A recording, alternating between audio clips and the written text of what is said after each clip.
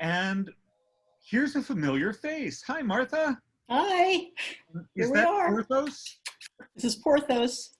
Now, Martha, you're our Cockatiel coordinator. So if you would, tell us a little bit about Cockatiels. Well, cockatiels are like budgies, come from Australia. So they are mostly ground feeders. They do tend to eat more seed than some of the other parrots.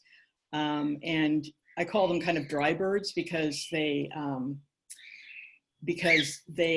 don't drink a lot of water. And the way they like to bathe is they love to get misted. Occasionally I see them get into a dish and they'll get like their chest wet a little bit, just a little bit. But you get one of those misting, like a spray bottle, and mist them, and they just go to town. They love that. So I think they're just used to getting rained on in Australia. They And can be decent talkers and singers, right? yes, they can, if you get them started early, I think. He does say a few little things, mostly when I'm not around. And he will sing. He will sing to my feet. Because cockatiels love feet for some reason. I don't know what they see in them. And he's a normal gray, so he's the color that you would see in the wild. But there are other mutations, color mutations. So you can see pied and pearl and lutino, the yellow ones. So they all seem to have their own personalities, not just between birds, but between the colors too. Yes, aren't you a good boy? Yes. Yeah, he seems very friendly. Tell us a little bit about Porthos.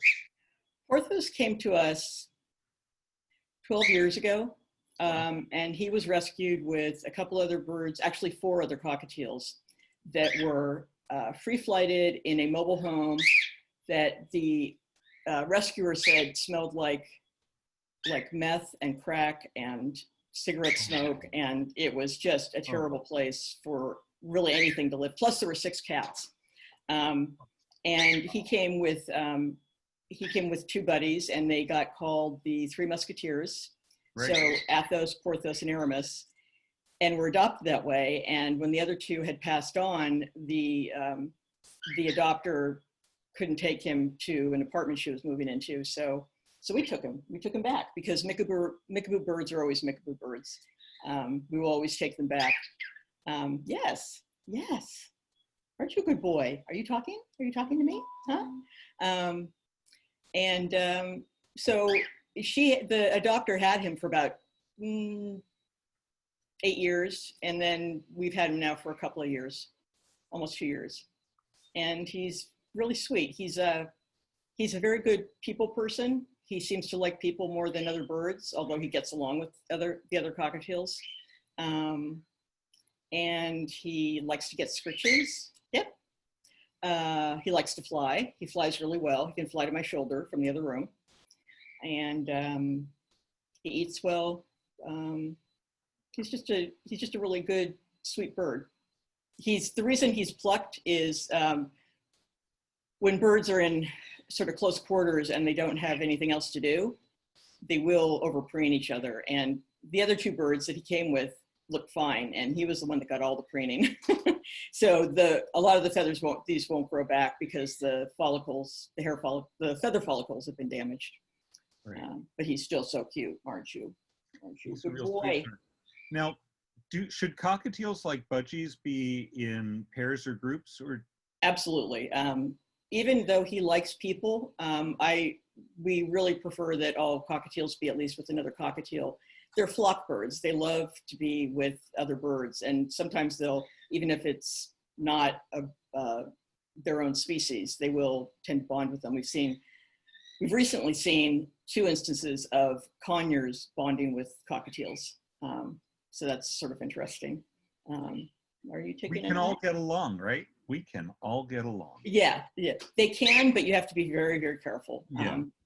I was just using a human metaphor for the first time. Yes. Yeah.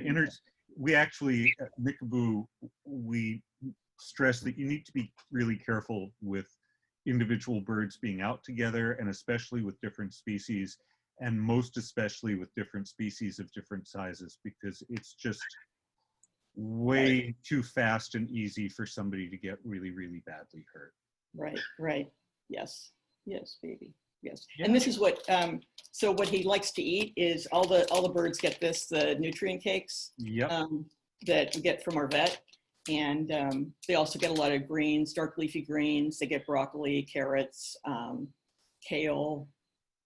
They love salad mixes. You know, Does it be chopped up pretty fine for these guys? No, no. They get, I just flip it to the cage and they just put it down on it, chew on it. Yeah. Right, right. Awesome. Yeah. Yes, baby. Are you a good boy? Yes. Oh, one thing I wanted to say about cockatiels that somebody mentioned how all parrots do bite, but what I found with cockatiels is the only time they bite hard is when they're so scared that they really have no other option. So they're really pretty safe bird to, if you're worried about your small children. I mean, you still need to supervise your children when you're around birds, but these guys really wouldn't hurt a fly. You need to be mindful of the children could possibly hurt the bird. Exactly. It is unlikely to hurt the children. Right. Someone asked, do we know about how old he is? He's been in the Mickaboo system for about 12 years, you said. We're saying he's about 15. Okay. When I took him to the vet, I think last year, she said that he's in good shape in that he can preen, he can move around, so he doesn't have like a lot of arthritis that you can see in older birds. So even though he kind of looks like an old man, he's not. He's really only, well, he's getting into he's sort of middle-aged, I guess. Yeah. Got it. We won't talk about the middle-aged thing. No, no. now, yes, oh, baby. Yeah. Now, Mickaboo has a number of cockatiels who are needing adoption. Is that correct? Oh, yeah.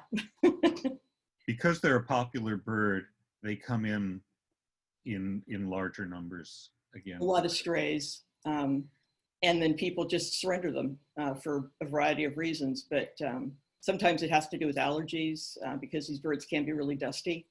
Or they move someplace where they, like the woman who had to give him back, she couldn't move she couldn't have him in an apartment where he would be too noisy, even though he's not even all that noisy. So.